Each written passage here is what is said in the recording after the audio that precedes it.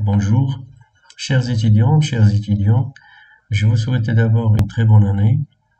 Alors aujourd'hui, je vais corriger avec vous l'exercice 3 de la série 3 concernant les équilibres acido-basiques. En lisant l'énoncé de cet exercice, il apparaît dans cet énoncé des mots-clés que je vous demande, s'il vous plaît, de revoir sur votre cours et de réviser attentivement. À savoir, par exemple, c'est quoi un acide de Bronsted, c'est quoi une base de Bronsted, c'est quoi un couple acido-basique, comment peut-on définir la constante d'acidité associée à un couple acido-basique, c'est quoi un dosage acido-basique, c'est quoi un dosage acido-basique suivi par pH métrie, qu'appelle-t-on l'équivalence au cours d'un dosage acido-basique par exemple. Alors pour ces termes, j'ai essayé de faire un petit rappel concernant donc les définitions de ces termes. Donc je vous laisse le soin de revoir donc ces rappels. Alors sur les rappels, j'ai essayé de définir qu'est-ce qu'un couple acido-basique, c'est quoi la constante d'acidité, c'est quoi la dissolution, c'est quoi un dosage pH métrique, quels sont les critères que doit vérifier une réaction pour servir à un dosage, c'est quoi l'équivalence au cours d'un dosage, comment peut-on établir la relation d'équivalence au cours d'un dosage quelconque, comment peut-on repérer l'équivalence au cours d'un dosage, par exemple, acido-basique. Alors, je vous laisse le soin de revoir donc ce rappel. Et maintenant, je vais passer directement à la correction de l'exercice. Alors, pour la première question, on vous demande d'écrire l'équation de la réaction de dissociation de l'aspirine dans l'eau. Quelles sont les espèces présentes en solution? Alors, tout d'abord, vous devrez distinguer le caractère acido-basique des espèces qu'on vous propose, l'aspirine et l'eau. Alors l'aspirine de formule chimique C9H8O4, d'après l'énoncé, c'est un acide dans le couple acido-basique que je vais noter numéro 1. Alors ce couple c'est C9H8O4, C9H7O4-. Vous pouvez remarquer que dans ce couple, pour passer de l'acide à la base, l'acide va libérer un proton H+. Ce qui est conforme à la définition d'un acide selon Bronsted. Pour l'espèce H2O, l'eau. Alors il apparaît, c'est une base dans le couple acido-basique que je vais noter numéro 2. H3O plus H2O. Là aussi, vous pouvez remarquer que H2O, comme étant une base de Bronsted, va capter un proton H+, pour se transformer en acide conjugué H3O+. Donc la réaction de dissociation de l'aspirine dans l'eau est une réaction acido-basique entre l'aspirine, c'est-à-dire l'acide numéro 1, l'acide du couple 1, et H2O, qui joue le rôle d'une base dans le couple 2. Donc, au cours de cette réaction, on va former la base conjuguée numéro 1 de l'acide numéro 1 et l'acide numéro 2 de la base conjuguée numéro 2. Donc les réactifs sont acide 1 et base 2, les produits sont base 1 et acide 2. Et donc vous écrivez convenablement l'équation bilan de cette réaction. Les espèces principales présentes en solution sont logiquement l'aspirine et sa base conjuguée. Alors là, on vous demande les espèces principales. Donc, vous devrez donc citer l'aspirine et sa base conjuguée.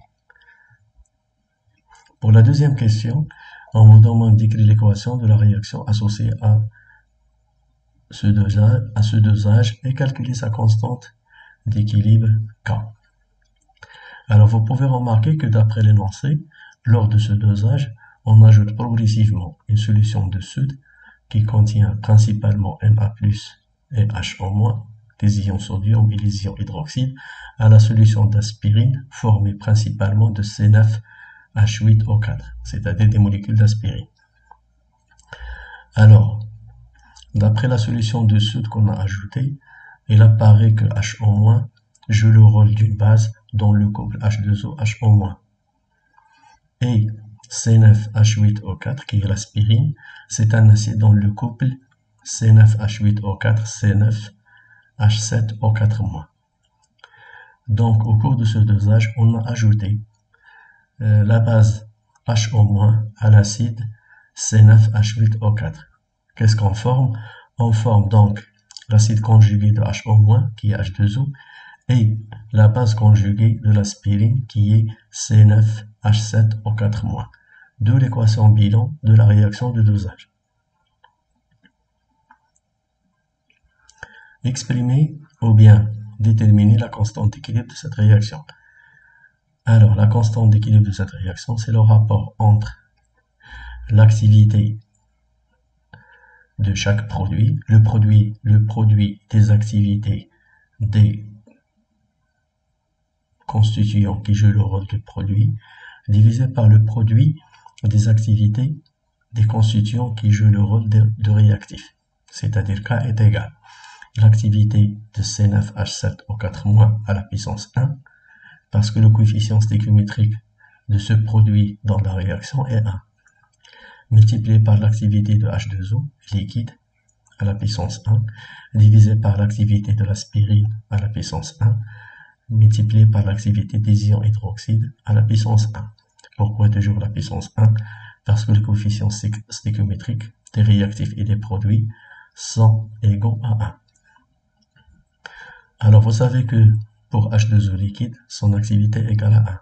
Pour une espèce dissoute, l'activité, c'est la concentration sur la concentration C0, qu'on prend toujours C0 égale 1 mol par litre. Donc, finalement, vous aurez K est égal la concentration de la base conjuguée de l'aspirine divisé par la concentration de l'aspirine multiplié par la concentration des ions hydroxyde. Alors, pour calculer la valeur numérique de cette constante d'équilibre, n'oubliez pas que vous connaissez la constante d'acidité du couple correspondant à l'aspirine. Et vous connaissez bien sûr le produit ionique de l'eau qu'on note Ke. Donc on doit penser directement à exprimer cette constante d'équilibre en fonction de Ka et Ke. Alors pour faire apparaître ces deux constantes d'équilibre dans l'expression de K, j'ai séparé donc les deux termes, à savoir la concentration de la base conjuguée de l'aspirine multipliée par la concentration des ions hydronium appelés aussi oxonium divisé par la concentration de l'aspirine multipliée par 1 sur la concentration de H3+, et la concentration de HO-. C'est-à-dire, pour faire ce passage, comme il faut multiplier dans le numérateur par la concentration H3+, et dans le dénominateur par la concentration de H3+. Donc vous aurez finalement K est égal à KE, Ka sur KE. Vous passez directement à l'application numérique, vous allez trouver une valeur de 10 à la puissance 2 fois 10 à la puissance 10. Si je vous demande de commenter cette valeur, vous allez dire que cette valeur est très grande, elle est largement supérieure à 1. Donc la réaction de dosage peut être considérée totale ou quasi totale. On dit aussi que cette réaction est quantitative. Pour la troisième question, on vous demande de déterminer la concentration C0 de la solution en aspirine qu'on a dosée. En déduire la masse M0 d'un comprimé d'aspirine utilisé lors de la dissolution. Alors, à l'équivalence, le réactif titré, c'est-à-dire l'aspirine, et le réactif titrant, c'est-à-dire les ions hydroxydes, sont introduits dans des proportions stéchiométriques. Et donc, d'après l'équation de la réaction de dosage, je peux écrire que la quantité de matière de l'aspirine qui existe initialement dans le bécher divisé par 1 est égal à la quantité de matière des ions hydroxyde qu'on a ajouté de la burette jusqu'à l'équivalence et bien sûr divisé par 1. Parce que les coefficients stéchiométriques du réactif aspirine et du réactif HO- sont égaux à 1. Donc, la quantité de matière de l'aspirine utilisée initialement, ou bien qui existe initialement dans le bécher, c'est C0 fois V0.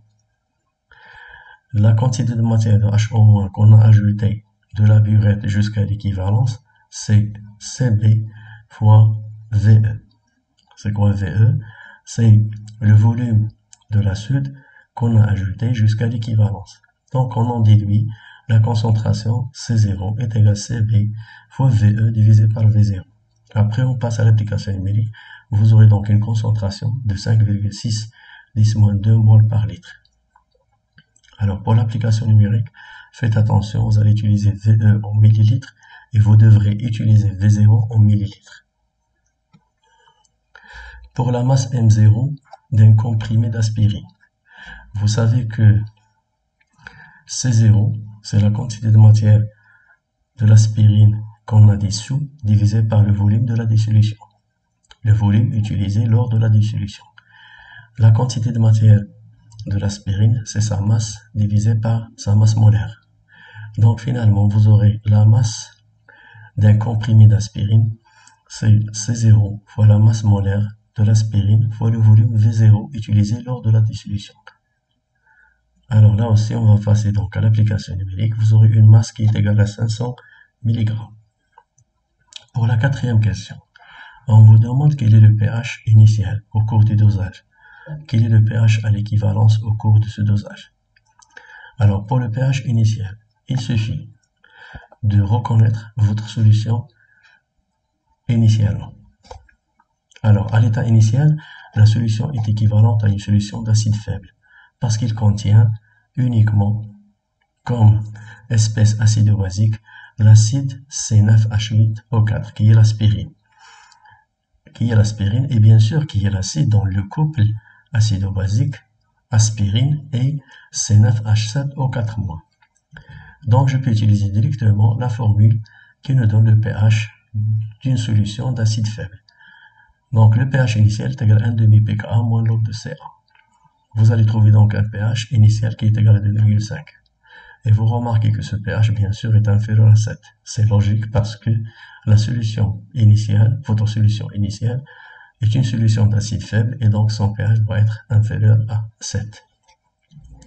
Quel est le pH à l'équivalence? À l'équivalence, la solution, là aussi, est équivalente à une solution de base faible qui est la base conjuguée de l'aspirine de concentration CB.